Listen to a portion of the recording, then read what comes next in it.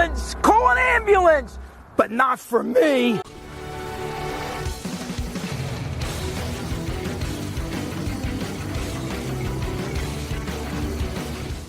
Hey guys, Mr. Pokey here, back with another video. On today's episode of CN Theorycraft, we'll be taking a deep dive into our one-man army blade build. Right? So this is the build that essentially allows players in the CN to effectively clear most difficult contents in the game, be it Simulated Universe, Memory of Chaos, or Forgotten Hall, using just blade alone. Right? I'm pretty sure everybody is interested to know this build, so without further ado, let's jump into today's content.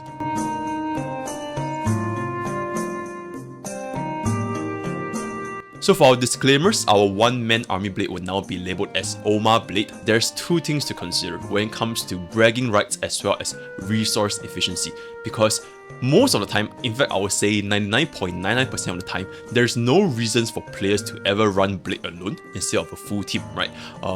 For the most part, this is for players to flex their skills or flex their build, solo clearing difficult content, right, such as MOC and the newly released Forgotten Hall. However, if players are able to successfully replicate this build, then it really saves quite a bit of resources on their end, because instead of building 4 units for one side of their content, right, for Forgotten Hall or MOC, now they can essentially just use a single blade and deal with their stage by itself, right? You don't really need to bother raising up 8 units, right? You can really basically just raise 4 plus 1 units, and that 1 unit is blade itself. Secondly, with regards to accessibility, this is the only build that I found that did not require an E6 S5 blade to solo MOC 10. The original content creator that pioneered this build was using an E1 S1 blade, but he has stated in the comments, for the most part, E0 is definitely viable, because as we know, Blade's E1 Eidolon essentially just increases his single target damage with his ultimate, which basically helps him clear a little bit faster, but it is by no means a strict requirement when it comes to this build. For the wheels, there's a lot of E6 S5 blades soloing clearing MOC 10, especially in CN, right? And I'm pretty sure it's just a matter of time before all the EN wheels catch up to it. So feel free to just build blade with basically the normal build that I featured in my previous CN unit analysis featuring blade, right? So that build will work perfectly fine for E6 S5 blade. Now, another thing to note is, as you guys might have seen from the thumbnail, where the CN bro stacked on 99% effect rest, why this is the case is because once you achieve 100% effect rest, you'll effectively never ever get crowd control ever again, right? Be it soft crowd controls like defense reduction, speed reduction, or hard crowd controls such as freeze and imprison, you'll basically never get crowd control again, because if you take a look at the formula for effect probability, if your 1 minus effect rest, this entire factor is going to become 0, so anything multiplied by 0 is going to be 0. However, one thing to keep in mind is that some of these mechanics do still crowd control a blade. So one very good example is, if you guys have fought Simulated Universe Savrok a lot of times, the little hand robots that he summoned where he grabs a unit, right, this is not considered a crowd control. So if you want to use blade in Simulated Universe, he can still get grabbed by the hand, right? So this is just something to keep in mind of. So this is pretty much the disclaimer for OMA blade.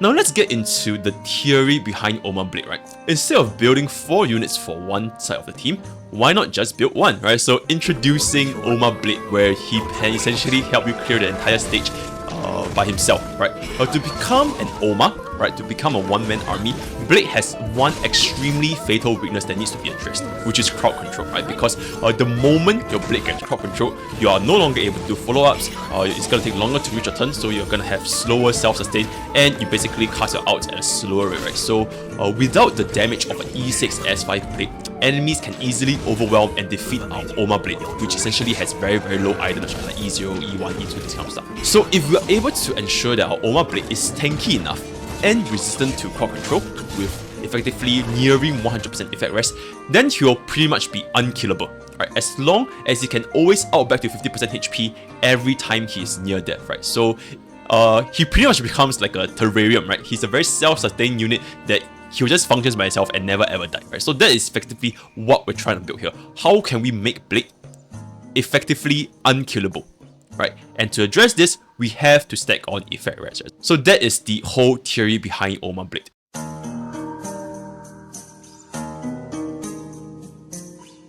Now for the build itself, so this is the stats created by the CN bro using this build. We don't even need crit rate on Oma Blade, right? So let's get into the set first. For our relic sets, we're gonna be building Wuthering Gut / Longivorous Disciple, right? But for the most part, I'll recommend getting 4-piece Wuthering Gut because the 2-piece effect is effectively a damage reduction, and the 4-piece effect helps Blade sustain a little bit when he's below 50% HP, and that's gonna happen to us plenty of times, right? So our Wuthering Gut set does give us a little bit higher of an effective HP. You can, however, build a 2+2 with Longivorous Disciple just for the extra HP percentage.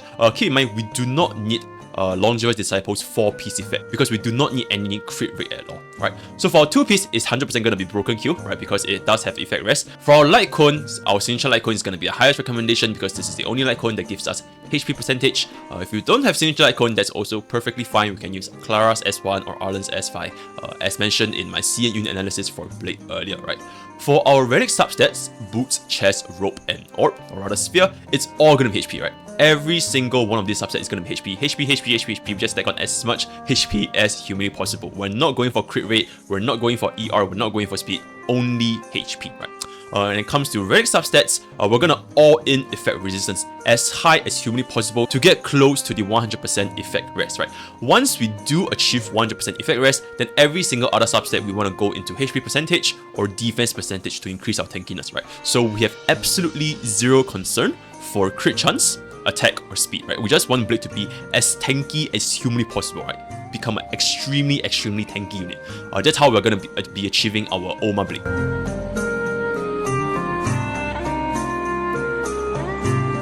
Now the reason behind the build, right, for our relic set, damage reduction, which is the Wuthering Gut, gives us the highest effective HP, right? So, and like I mentioned just now, we do not need Longivorous 4-piece effect because we are not building crit at all, right? Crit is absolutely of zero concern to us. So that's why, for the most part, 4-piece Wuthering Gut is gonna be the best case scenario. If you can't get a 4-piece Wuthering Gut, then 2+2 is also pretty much a-okay, right? For our 2-piece effect, Broken Kill is pretty much mandatory because effect rest is gonna be our deciding factor as to whether Oma Blade can survive, right? Because the lower effect rest if we have, then the more chance of failure we have, right? The moment we get crowd control, it's pretty much almost guaranteed to be a game over if we get crowd control, right? And effect rest is one of the hardest stats to stack up in this game because we do not have any effect rest main stats, right? Even crit ratio has a main stat. For our Light Cone, I think our Signature Light Cone is pretty much self-explanatory because, like I said earlier, it's the only one that increases our HP. But if we don't have this, it's not the end of the world because Clara and Arlen's S5 can easily help us to substitute, right? Now for our relic main stats, why do we want to stack on as much HP as humanly possible? His E1 S1 Blade has almost 10,000 HP, right? 9.4k, right? Why is this case? This is because so that any damage we take from the enemies, it'll be negligible compared to our total HP, right? So if our HP is so high, like just think of it this way. If your HP is 10,000 and the enemy does like 2,000 damage to you, right? So that's effectively 20% of your max HP. But if our HP is only at, let's say, 7,000, right, which is pretty much the amount that you get from 2 HP main stats, then a 2,000 damage to our blade is gonna be around 28% of our max HP value, right? So it's effectively dealing more damage to us. So we want to have as much HP as humanly possible so that we can basically just shrug off any sort of damage we take from the enemy. So the majority of the damage that we take is only going to be coming from our own skills and not from the enemy, right? We effectively make any damage we receive feel like little mosquito bites. That's why we want to stack on as much HP as humanly possible. And of course, stack on HP does help us scale our DPS, right? So more HP is also going to help with our damage output as well, right? Why are we forsaking crit ratio completely? It is because we're aiming for effect rest on our subsets, right? To put it into perspective, to reach 100% effect rest, we're gonna need around 16 effect rest subsets after factoring in our 2-piece Broken Kill and the effect rest subsets we get from Blade's Tracers, right? So after minusing 16 effect rest from our subsets, there really isn't much room to work with to increase our crit ratio, right?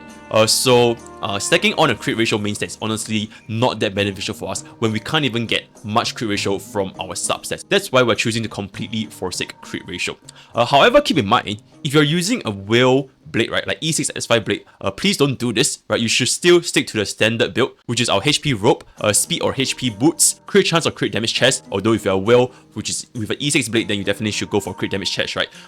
And finally, wind damage or HP sphere. So that is essentially the whale build. For our build, right, for our Oma blade, we need to stack on as much HP as humanly possible. Now finally, like I see over here, our relic subsets, we need to aim for 16 effect rest rolls for roughly 100% with our trace and kill, and the remaining pretty much can go into our HP percentage and defense percentage to make our blade as tanky as humanly possible, right? Effectively making him unkillable, right? The name of the game with Oma Blade over here is to make him unkillable, because if our blade can cast out every 3 turns, right? He is getting hit a lot of times, so he can definitely cast it out every 3 turns, right? So as long as we don't die before every 3 turns and go back into 50% HP, then we're effectively unkillable, right? We're self-sustaining and we'll never ever die, and all that's left is just for us to keep doing our follow-up attacks, keep doing our skills, doing our enhanced attacks, doing our ultimates, and the enemy will eventually die before us. Because enemies in general in this game don't have that much sustain, except for the Abundance Deer, which has a little bit of sustain, but that's nothing that Blade can't handle, right?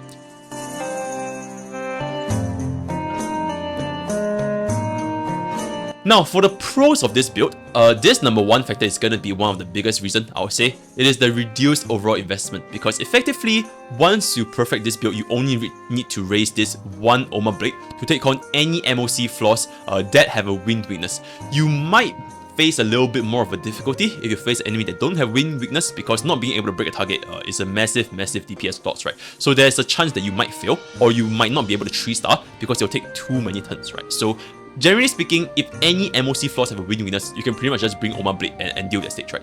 So if this is achieved, it saves players a tremendous amount of credits, experience, and trace materials otherwise needed to build a 4-man team, right? And not to mention all the relics that goes into the 4-man team.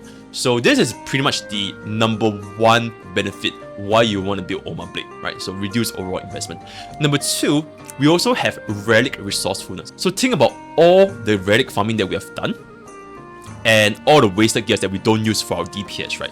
As long as they are not double kill ratio, we pretty much just toss them away, right? So now, our blade is able to effectively utilize these previously trash relics from farming quantum or longevous dungeons, right? So effectively, we're wasting less stamina for the player, right? We're being efficient with our stamina usage because now we can make use of more gears, right? Blade can make use of all these gears that nobody want to use and just slap it onto him. And lastly, usage flexibility, because this build, it can also be utilized in future team comps where you really want to place him in a 4-man comp as a sub DPS / tank hybrid.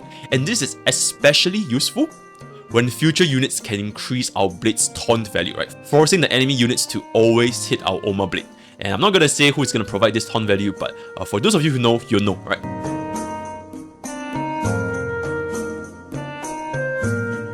Now let's talk a little bit about the cons of this build, and the number 1 is definitely not auto-friendly, right? As straightforward as our Oma build is, you basically just anga brain dead, just don't die, right? So the name of the game, just don't die. As straightforward as this is, you can't really full auto with this build because you want to use your ultimate only when your blade is in extremely low health, right? Like ideally less than 10% HP when in the red health zone. If you are using full auto and the AI uses the blade's ultimate whenever it comes up, then it might result in a run's failure because it places you in a more dangerous situation where your ult isn't healing you but rather your ult is damaging you, especially when you're casting out whenever possible, right? So yeah, ideally you only want to use your ult when your health is extremely low to have the maximum heal effect, right? Remember, this build, it is a store build, right? It is not to deal as much damage as humanly possible, and you can't store if you're dead, right? So this is the number 1 con for this build. Number 2, and this is a pretty big one, is the reliance on effect rest, right? Because since effect rest has no main stats, players will need to fully rely on subsets to achieve a very high effect rest, right? So we do need 18 subsets for 100%, 16 if we're going to be using Broken Kill, because our Blade do have an innate 10% effect rest by itself, right? So if you do not achieve close to 100%, like if you don't achieve anywhere near like the 80% or 90% benchmark, then it is very likely that this build will not even work at all, because the moment you get crowd control, then your run might be over. And this also ties down a little bit to our third point, which is slow clear speed, right? If you guys have played Pokemon, this is basically a store comp, right? It definitely takes up more time, it will use more cycles than a traditional 4-man team. So imagine if you do not have enough effect rest and you waited all the way until like, you really went into like 10-20 minutes into the battle and you get crowd control once because you didn't have enough effect rest and then your blade died. Right, so that's basically 10-20 minutes of your time going to waste. If you don't have enough effect rest, you might need to reset a lot more, and resetting with Oma Blade is going to take a lot of time, right? So these are generally the cons for Oma Blade.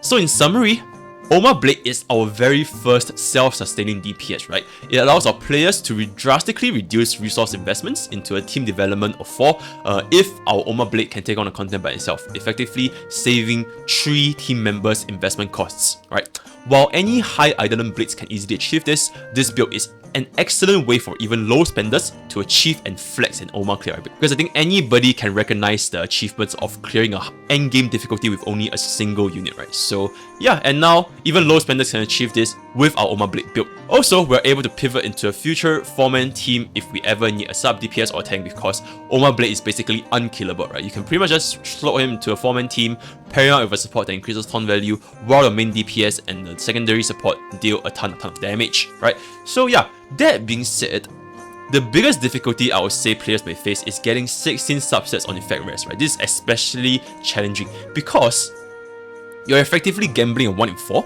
right? Because there can only be 1 effect res subset within the 4 ready subsets possible, right? Instead of gambling 1 in 2, right? Like in the crit ratio, right? So not getting high enough effect res, which is pretty much more than 90%, it will drastically increase the chance of failure when Blade gets crowd control, right? So this 16 subsets on effect res is going to be the most challenging part for players to use Oma Blade. For our grand summary, Oma Blade is basically a very easy to achieve build.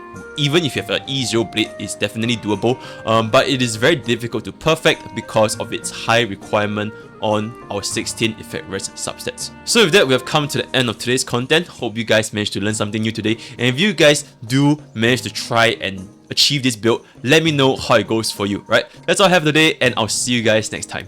Take care.